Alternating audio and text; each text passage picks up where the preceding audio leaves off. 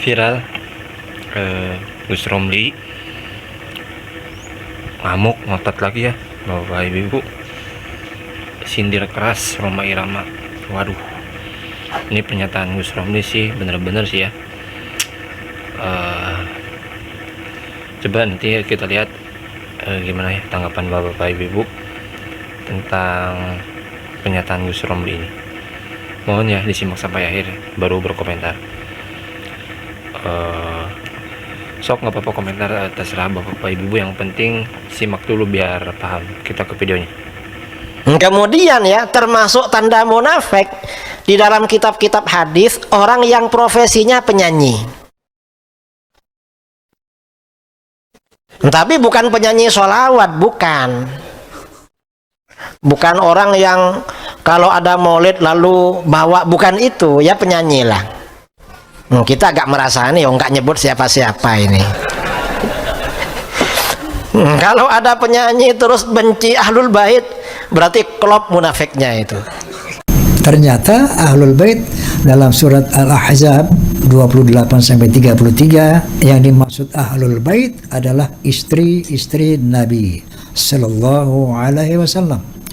Dari Al-Ahzab 28-33 ini jadi jelas bahwa ahlul bait itu pertama adalah orang rumah Nabi. Ada satu hadis mengatakan bahwa Nabi SAW menyebutkan yang namanya Ali, Fatimah, Hasan dan Husain radhiyallahu anhu ini ahlul baitku. Masih relate dengan Al-Ahzab bahwa ahlul bait itu adalah keluarga rumah, bukan keturunan. Tuturkan dengan ayat Al-Quran ya. Di dalam Al-Quran, dalam surah Al-Ahzab, innama yuridullahu liyudhiba ankumur rijsa ahlal baiti wa yutahhirakum tathira. Allah hanyalah menghendaki untuk menghilangkan dosa dari kalian, wahai ahlul bait, keluarga Nabi, dan menyucikan kalian sesuci-sucinya. Kan begitu. Ketika ditanya siapa yang dimaksud ahlul bait dalam ayat ini, kata orang-orang Syiah itu keturunan Nabi. Istri Nabi gimana? Bukan. Loh, kok bisa bukan? Ini kata mereka. Kalau menurut kita istri Nabi ahlul bait, keturunan Nabi ahlul bait. Soal masalah sabab nuzul, asbabun nuzul ayat ini, memang ada ayat berikutnya yang dibicarakan tentang istri-istri Nabi. Oh, berarti ini maksudnya istri Nabi. Sabab nuzulnya. Sebagian ada yang mengatakan, banyak riwayat mengatakan, sebab turunnya ayat ini bukan istri Nabi. Siapa? Rasulullah yang memasukkan. Karenanya kalau ngomong gak jelas belajar di mana, mondok di mana, entah doktor tafsir atau apa, lalu bilang yang dimaksud ahlal baiti wa yutahhirukum tathira cuma istri-istri Nabi, anak cucu Nabi gak masuk katanya. Loh, dari mana ini? Ya gak bisa diterima begitu, karena yang memasukkan ini Rasulullah. Kalau Rasulullah yang memasukkan, mau apa? Rasulullah yang memasukkan. Jadi sudah masuk mereka di dalam wa yutahhirukum tathira. Karenanya setelah ayat ini turun, malam-malam Rasulullah selalu membangunkan Sayyidina Ali dan Siti Fatimah, suruh sholat malam. Lalu beliau setelah membangunkan, sambil beliau membaca ayat ini, innama yuridullahu liyudhiba ankumur rijsa ahlal baiti wa yutahhirukum tathira. Ini artinya apa? Mereka memang masuk dalam ahlul bait. Yang menjelaskan masuk memang Rasulullah. Kalau begitu selesai. Kemudian ayat tathir ini, kata ulama kita, Allah menyucikan ahlul bait dari dosa sesuci-sucinya. Ini tidak hanya istri Nabi, tidak hanya anak cucu Nabi, tapi ahlul bait yang lain, Bani Hashim, Bani Muttalib itu masuk juga. Pertama tahun 2007. Tahun 2007 ada orang Syiah datang ke rumah, alumni pondok Syiah. Lalu tanya pada saya, Ustadz punya kitab tafsir? Tafsir apa? Ad-Durrul Mansur. Ada. Saya tahu dia itu Syiah karena sebelumnya pernah debat dengan saya. Saya tanya, mau surat apa? Surat Ahzab ya? Iya katanya. Saya buka langsung ayat ini, iya katanya. Ya silahkan baca gitu. Setelah baca, lalu ngajak diskusi dengan saya. Ustadz, apa? Ini tentang Ahlul Bait di tafsir ini. Ada 2 riwayat berbeda. 4 riwayat pertama menyebutkan yang dimaksud Ahlul Bait di sini istri-istri Nabi. Terus 5 riwayat berikutnya yang dimaksud Ahlul Bait di sini Ali, Siti Fatimah, Hasan, Husain dan anak cucunya. Lah terus ini kira-kira yang benar yang mana? Menurut antum katanya. Saya bilang, ya kalau menurut kami Ahlus Sunnah benar semua ini. Memang benar semua. Loh kok bisa Ustadz? Ya memang. Mau dibilang nggak bisa. Dan memang bisa. Loh ini kan berbeda. Kok bisa 2 pandangan berbeda tapi benar semua? Ya contohnya ini. Berbeda tapi benar semua ini contohnya. Saya bilang begitu. Loh kok bisa katanya. Ya kalau memang bisa kenapa ditanya kok bisa? Ahlul Bait itu kan keluarga, istri keluarga, anak cucu keluarga. Mau bilang apa? Sebelum punya anak, belum punya cucu, punya istri dulu. Akhirnya diam dia.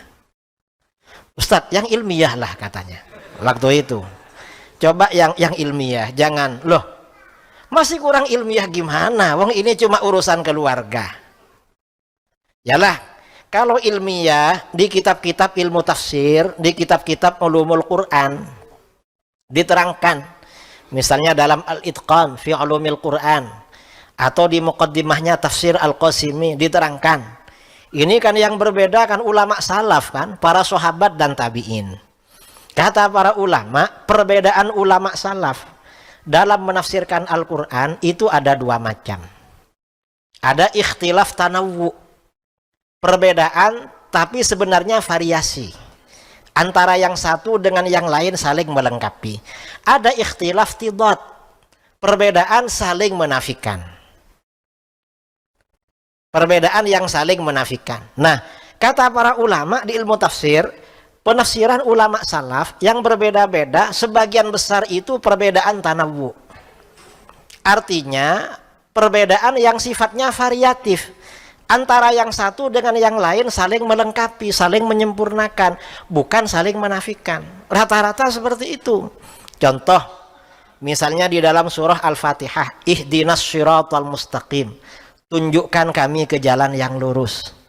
Sebagian ulama salaf menafsirkan jalan lurus Al-Quran.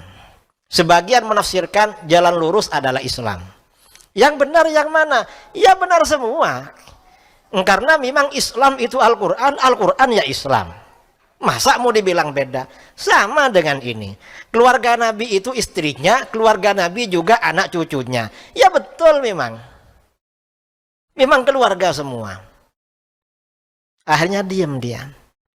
Syiah ini.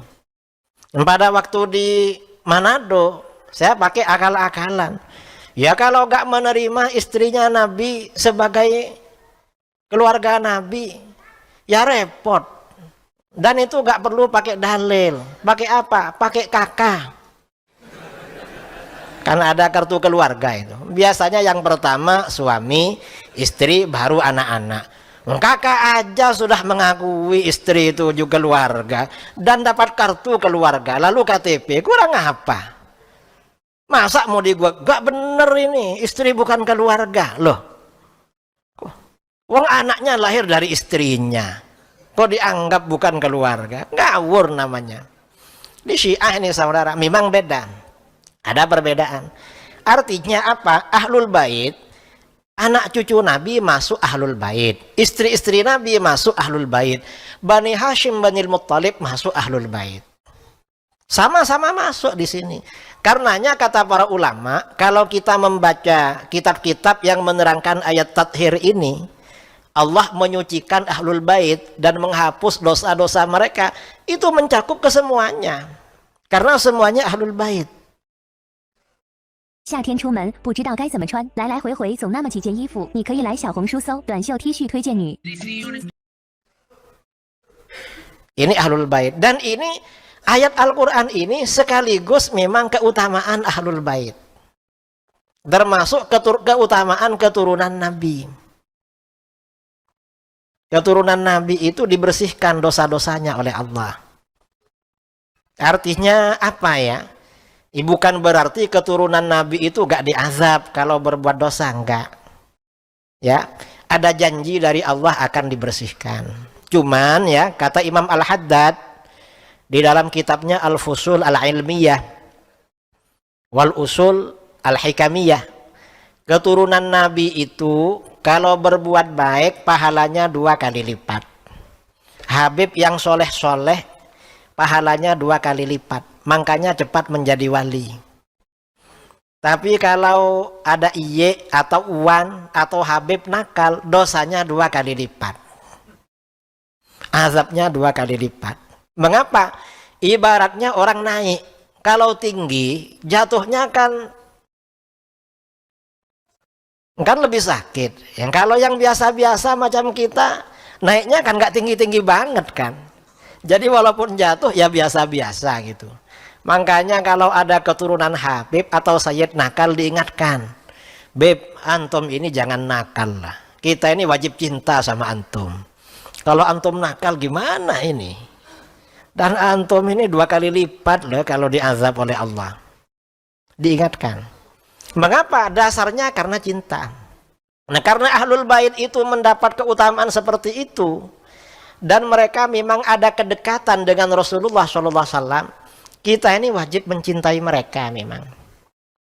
Dalam hadis ya, riwayat Imam At-Tirmidzi, hadis Hasan, Rasulullah SAW bersabda, ahibbullah lima yaghzukum bihi min ni'amih. Cintailah Allah karena nikmat-nikmat yang dicurahkan kepada kalian. Artinya apa?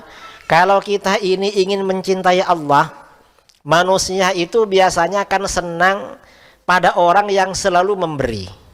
Ya, orang itu kan senang pada orang yang selalu memberi biasanya. Makanya calon-calon itu kadang jauh hari sudah ngasih kaos, ngasih apa kan? Bukan.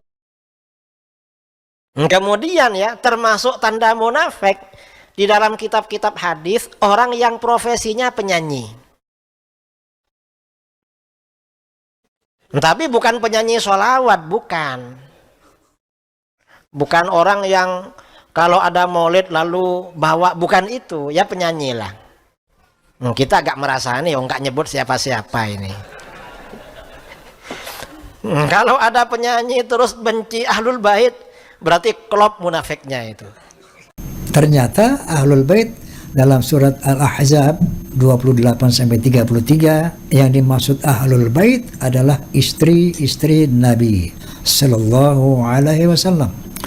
Dari Al-Ahzab 28-33 ini jadi jelas bahwa ahlul bait itu pertama adalah orang rumah Nabi. Ada satu hadis mengatakan bahwa Nabi SAW menyebutkan yang namanya Ali, Fatimah, Hasan dan Husain radhiyallahu anhu ini ahlul baitku. Masih relate dengan Al-Ahzab bahwa ahlul bait itu adalah keluarga rumah, bukan keturunan. Turkan dengan ayat Al-Qur'an ya.